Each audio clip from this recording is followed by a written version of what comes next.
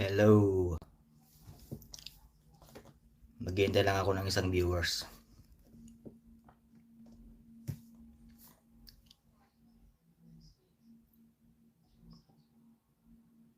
Kasi maraming naiintriga tungkol sa sa about sa ninja.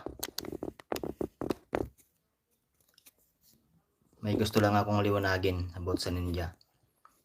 Based sa experience ko. Yeah.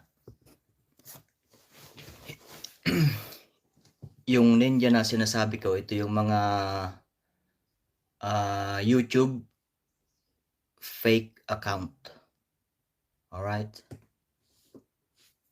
YouTube fake account. I don't mind kung yung second channel or third channel, it's fine. Diba?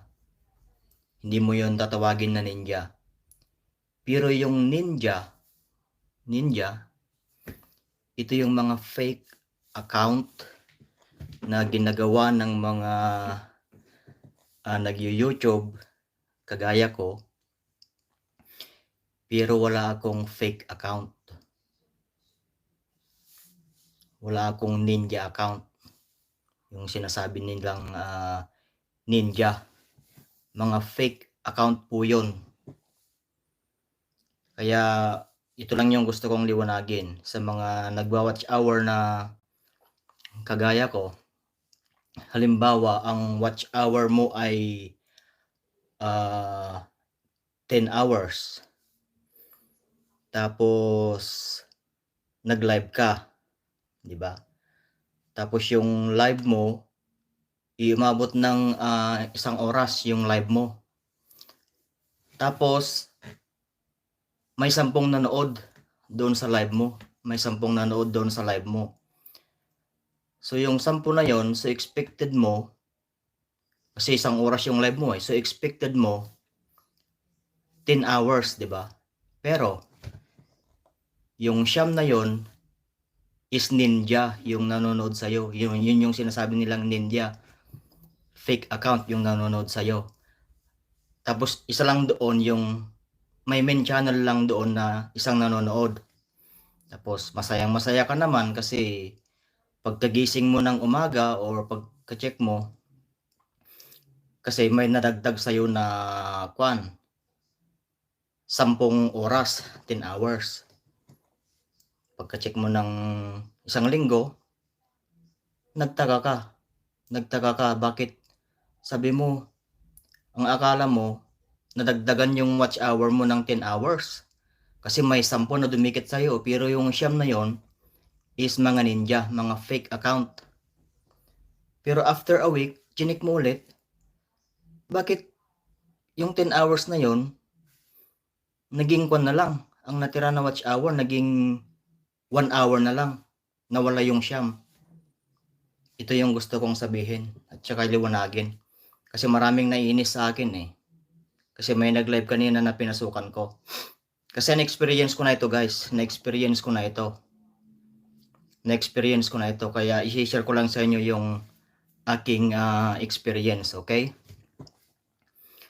So yung 10 na yon, yung 10 oras na yon, yung siyam, yung 9 hours nawala after a week. Kaya sinasabi natin, 'di ba? Wow, kinain ni Lolo yung watch hour. And then na-realize ko na ganun pala yung sa mga, 'di ba, sa YT Studio, sa YouTube Analytics. Kasi yung siyam na ninja o fake account na yon, inactive, guys, inactive. Inactive. Huwag niyong kalimutan yung ninja, fake account po yun, fake account. I don't mind kung yung ninja na sinasabi is second account, third account, o kung may pang-apat pa na account mo, na main channel mo, kung yun ang idikit mo sa akin, it's okay.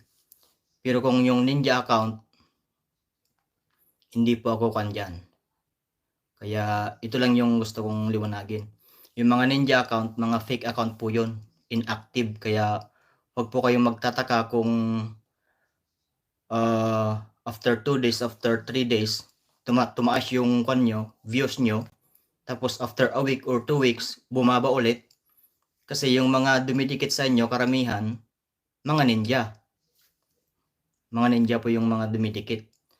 At saka, yung mga ninja, okay, nagka-count po yun ng kwan din. Nagka-count po yun ng views sa subscribers. Pero hindi po sa watch hour. Yun lang po yung gusto kong liwanagin. Kaya po, ang buong akala ko at akala nyo ay kinakain ni Lolo yung mga watch hour natin. Pero ang totoo, yung mga ninja, yung mga nakadikit, inactive po yun. Ang ibig po sabihin ng inactive, halimbawa